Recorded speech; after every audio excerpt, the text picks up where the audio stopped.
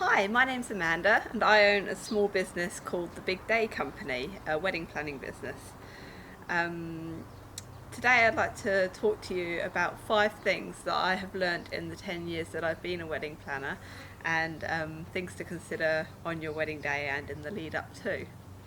So the first thing is, these things will not matter on the day. Now I think this is number one for a reason, because I have seen this so many times in my career that brides just the things that you think are going to matter on the day they're just not going to matter at all. So although planning it is super important and super exciting, if things don't go exactly to plan on the day, it doesn't matter.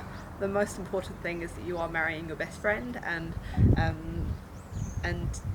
nobody's even going to notice anything that goes wrong. So that's my number one tip, is just don't sweat the small stuff, and it's not going to matter on the day.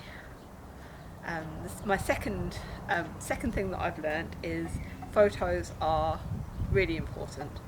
I know photographers are really, really expensive, but it's all that's going to be left after the day. Once all the food is gone, all the beverage is gone, nothing's going to be left except your photos and your memories. So really invest in a good photographer. I think it's so important. If you do have the budget for a videographer as well, that's really, really nice to have that memento as well. Number 3, food and drinks. Now, although the decorations and the flowers and everything might seem like the be all and end all of your wedding, people really do put a lot of value on food and drinks. But really good food, I think, is something that your guests are going to talk about for years. The meal that they had.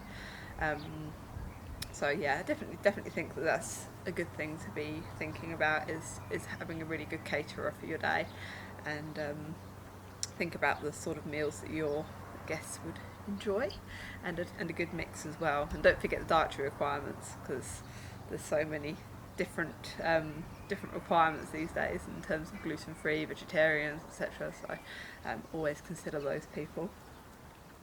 Now number 4 is to have a good MC for your wedding. Now this might be a friend, this might be a relative, or you might hire somebody professionally, but I think it's so important to have an MC.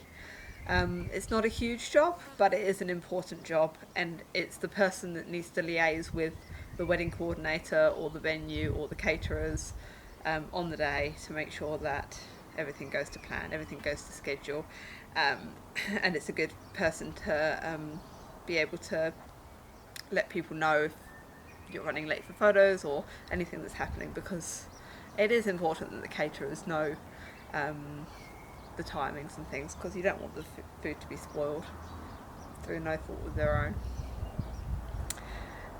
Number 5 is one of the most important, I think, is to remember that the wedding is just that. It's a wedding, it's not a marriage.